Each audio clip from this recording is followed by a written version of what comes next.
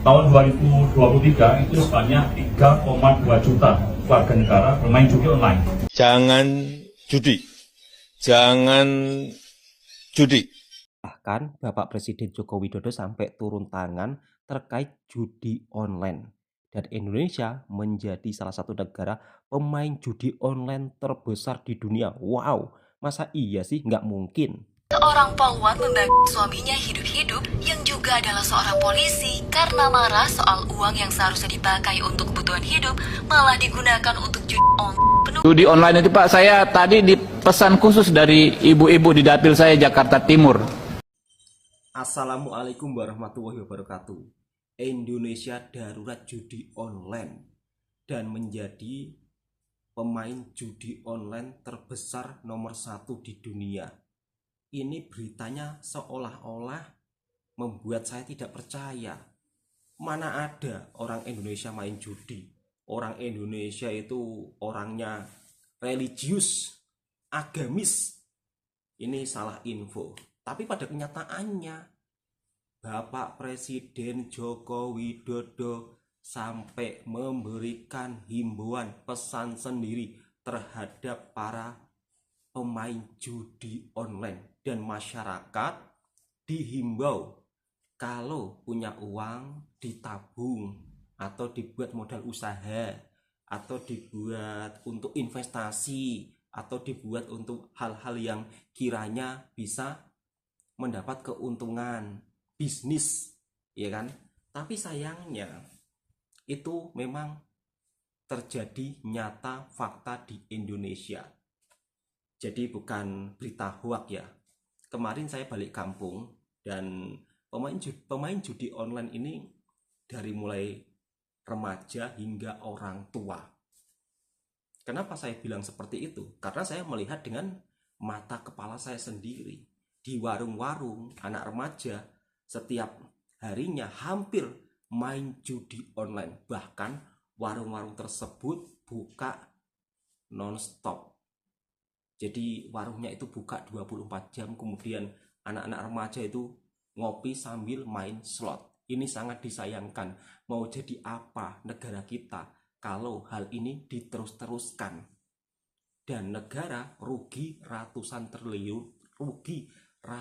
triliunan akibat para warganya main judi online. Ya mudah-mudahan dengan adanya video ini sahabat-sahabatku juga bisa sadar ya, negara sedang tidak baik-baik saja. Stop judi online, stop ngeslot. Jadi kalau orang Indonesia menyebutnya ngeslot, stop ngeslot. Mau jadi apa? Mau jadi negara kayak mana kalau masyarakatnya suka main judi? Bayangkan.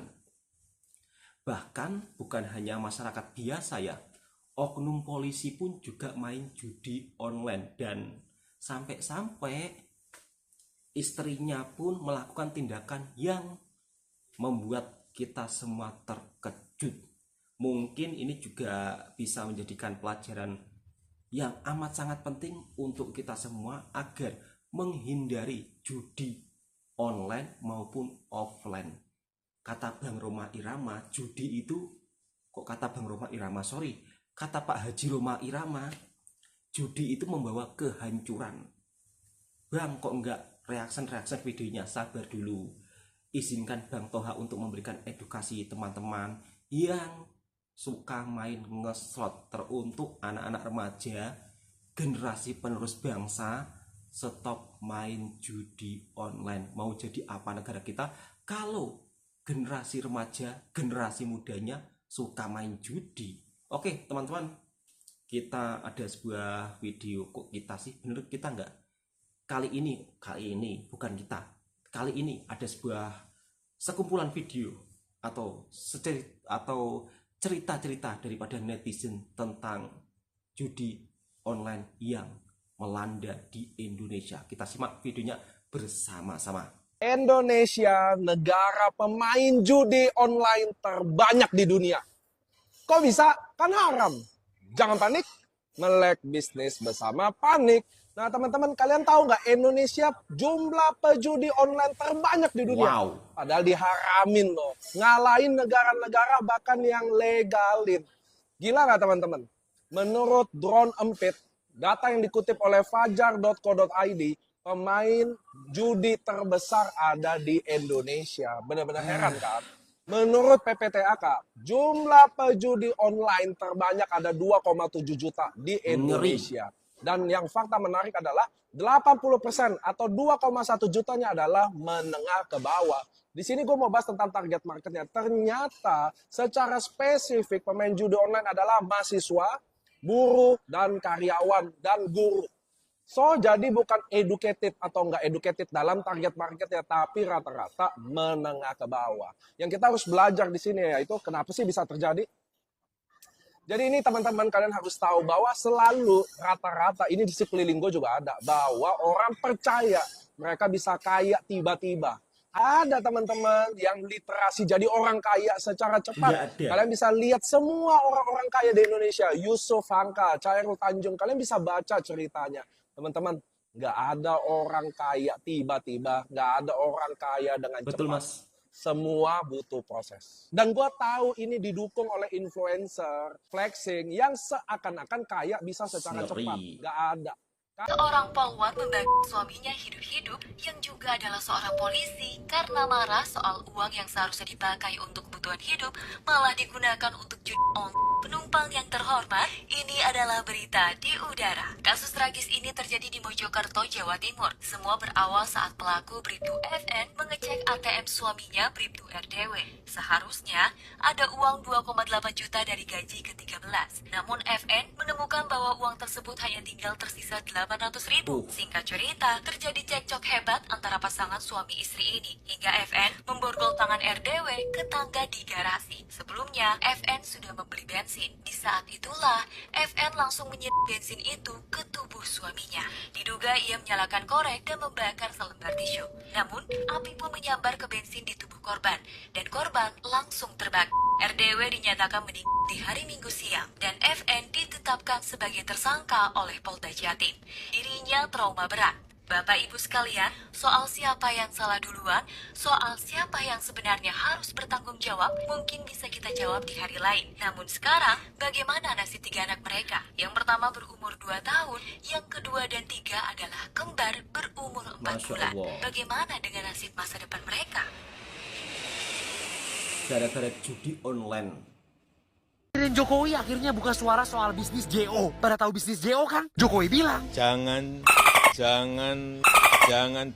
udah jadi rahasia umum kalau ada satu negara di Asia yang terkenal dengan bisnis JO-nya. Tapi mungkin lo belum tahu soal satu kota di negara itu yang jadi pusatnya. Apa yang terjadi di sana? Saya mau bicara tentang selamat datang di kota Sihanoukville. Buat ngebahas surga JO, kita harus ke negara K alias Kamboja. Kamboja emang ngasih lisensi JO supaya bisa menarik investasi. Tapi bisnis JO cuma buat orang asing. Orang Kamboja nggak boleh. Semuanya berpusat di kota Sihanoukville. Kota inilah yang jadi salah satu tujuan pekerja migran Indonesia. Menurut tim investigasi Kompas, di sini ya teman-teman di Kompas, di kota itu ada satu daerah yang dikenal sebagai Kompong Dewa Resort. Kompong Dewa Resort adalah sebuah super blok berisi apartemen, hotel, tempat hiburan, dan di salah satu gedungnya adalah tempat bisnis JO dijalankan. Yang mengoperasikan siapa? Banyak orang Indonesia. Ada yang di bagian telemarketing, ada yang di customer service. Gak heran kan kalau kata Dubes RI untuk Kamboja, Santo Darmo Sumarto, ada 60% WNI di Kamboja yang kerja di sektor bisnis JO. Banyak WNI yang sesampai di Kamboja ngeganti visa mereka jadi izin tinggal dan kerja. Menariknya, Santo bilang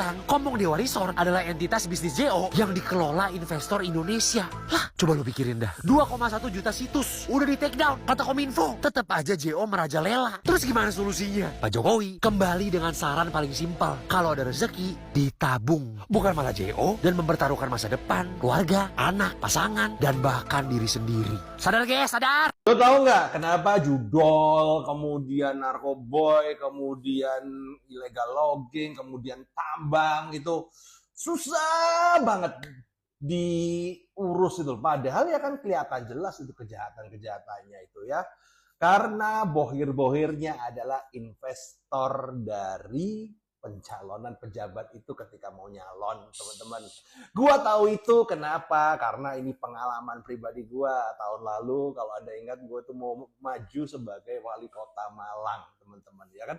Wali kota Malang. Gua punya program bebaskan Malang dari pinjol. Keren. Nah, tapi kan ketika kalkulasi politik butuh duit miliaran juga untuk nyalon gitu loh. Sedang gua duitnya kan duit kerja halal, sayang dong. Akhirnya kan kalau kata konsultan politik gue adalah cari investor. Gue beberapa kali ketemu dengan orang dan ternyata yang mau menginvestorin gue adalah ya kalangan-kalangan itulah, bandar-bandar dan yang lain-lain itulah ya.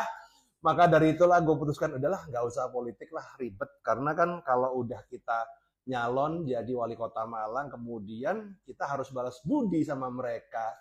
Dan kemudian gimana ceritanya kita bisa memakmurkan Betul, rakyat? Mas. Lah kalau modalnya dari sono dan mereka ngasih kan bukan tanpa pamrih kan, pasti akan ada udah di balik lawan. Maka dari itulah gua memutuskan untuk udahlah nggak usah politik, kita jadi influencer aja. Aliran uang dari judi ini besar, sehingga mereka bikin lagi sebuah perusahaan yaitu pinjaman online. Judi dan money laundry. Saat mereka udah terjerat di dalam judi online, seperti kita kalau kena api, nggak usah pikir terlalu banyak, yang penting bikin api ini mati. Sayangnya, mereka nggak bisa berpikir lagi dengan sehat, malah mereka lebih masuk ke minyak atau bensin. Dia nggak diberikan pinjaman, akhirnya mereka semua lari ke pinjaman online. Itulah sebabnya perusahaan pinjaman online ini maju. Kalian tahu nggak, semua perusahaan dari Cina, semua masuk ke Indonesia, bikin perusahaan pinjaman online. Karena gini loh, aliran uang dari judi ini besar. Sehingga mereka bikin lagi sebuah perusahaan yaitu pinjaman online. Sebenarnya dari sini ke sini terus. Kalian aja yang terjerat ini yang nggak sadar. Coba bayangin, uang kalian tuh didapetin sama perusahaan judi, ya kan? Perusahaan judi bikin lagi sebuah perusahaan pinjaman online supaya kalian pinjam lagi, padahal masuknya ke sini, ya kan? Tapi setiap masuk ke sini ini jadi besar. Kita kan udah pernah nonton film No More Bet, ya kan? Di situ film kan udah dibuat bahwa itu film kisahnya tuh diambil dari kisah nyata. Semua perusahaan judi uangnya tuh terlalu banyak. Pencucian uang itu bukan di Indonesia doang, itu seluruh dunia. Sehingga semua dunia tuh memerangi uang hasil beginian. Karena uang-uang judi, uang-uang narkoba itu terbukti bisa menjatuhkan negara. Betul, Mas. Karena mereka bisa membiayai mafia, biayai pemberontakan, membiayai teroris. Jadi sebuah negara bisa jatuh di tangan mereka. Sehingga semua negara memerangi yang namanya money laundry. Karena perusahaan judi itu susah bersihin uang mereka, akhirnya mereka bikin perusahaan pinjaman online. Nah, setelah udah dipinjam ya sama nasabah, uang itu jadi bersih loh. Jadi barusan gue ngecek laporan PPATK soal judi online. Dan ya gue menemukan sesuatu yang mengerikan. Ternyata uang negara, uang masyarakat yang hilang di judi online itu udah menyentuh angka 200 triliun rupiah. Sebuah nilai yang sangat besar, sangat-sangat besar. Ini udah ngeri cuy. Sumpah ngeri. Kalau kita hitung volume transaksinya aja ya, 2019 itu masih 1,8 juta. Nah 2022 itu jadi 104,7 juta. Dan jumlah pemainnya pun gila-gilaan. Di Indonesia dari laporan PPATK itu tercatat 2,7 juta orang main judi online. Dan kalau kita telisik lebih dalam, di antara 2,7 juta itu 2,1 jutanya itu masyarakat kelas menengah ke bawah. Karena kita nilai dari jumlah depositonya. Jadi mereka main di bawah 100.000 rupiah. Dan semua ini punya dampak yang sangat buruk. Ya, ekonomi nggak berputar, potensi pendapatan negara hilang, Mas. dan daya beli pun menurun. Makanya terkhususnya untuk pedagang ya, pasti ngerasain kalau daya beli masyarakat itu turun. Dan faktor penyebabnya gue yakin salah satunya ini. Kalau misalnya lu pegang duit 100.000 dulu, mungkin lu belanjain di restoran, makan enak, uangnya berputar dari restoran dipakai untuk yang lain, akhirnya balik lagi ke masyarakat. Nah itulah yang mutar ekonomi gitu, itulah yang namanya siklus ekonomi. Tapi setelah lu main judi online, lu punya 100.000, lu nggak lagi makan enak, lu nggak lagi nongkrong, lu nggak lagi beli kopi, lu nggak lagi beli baju, lu langsung dipu, akhirnya hilang terbang ke Kamboja. Ini sebenarnya udah krisis, sudah akut, dan seharusnya pemerintah kita menindak tegas hal-hal kayak gini, bukan sibuk dengan hal-hal yang sebenarnya nggak penting atau yang sebenarnya nggak esensial. Kalau emang mau menyelamatkan pertumbuhan ekonomi kita, menyelamatkan masyarakat kita, menyelamatkan kondisi kita, dan memang punya goals untuk mencapai Indonesia Emas 2045, maka pemerintah dari sekarang harus bergerak. sebelum kerusakannya lebih parah. Kalau dibilang terlambat, sudah sangat terlambat karena selama ini nggak ada tindakan tegas. Artis yang jelas-jelas promosiin judi online, lu mau jadiin duta judi online itu gila. Ya, gue bukan duta judi online, tapi kenapa gue meresikokan diri gue untuk bicara ini secara frontal, terbuka di berbagai sosial media dengan berbagai konten. Tujuannya satu, selama gue masih bisa bicara ya gue bicara gitu, selama masih bisa sadar ya sadar gitu, walaupun gue tahu resikonya nggak ringan. Dan gue harap ya kalaupun suatu hari gue harus berhenti bicara, ya semoga teman-teman ingat dan semoga teman-teman sadar kalau ini akan menimbulkan masalah yang jauh lebih serius untuk republik yang kita cintai ini. Ya sangat tidak lucu sekali kalau kita harus jatuh dalam resesi karena kecanduan pada judi. Bang, teman kerja saya pada main judi semua. Ada dua sudut pandang, ada dua cara berpikir ketika melihat di tempat kerja Anda begitu banyak orang yang main judi. Cara pandang yang pertama adalah Anda akan menganggap lingkungan itu sebagai sesuatu pembenaran untuk Anda bermain judi, untuk Anda bermain slot. Banyak orang yang bilang, saya main judi karena di tempat kerja saya hampir semua main judi. Saya itu terpengaruh karena mereka. Saya itu ketularan sama mereka.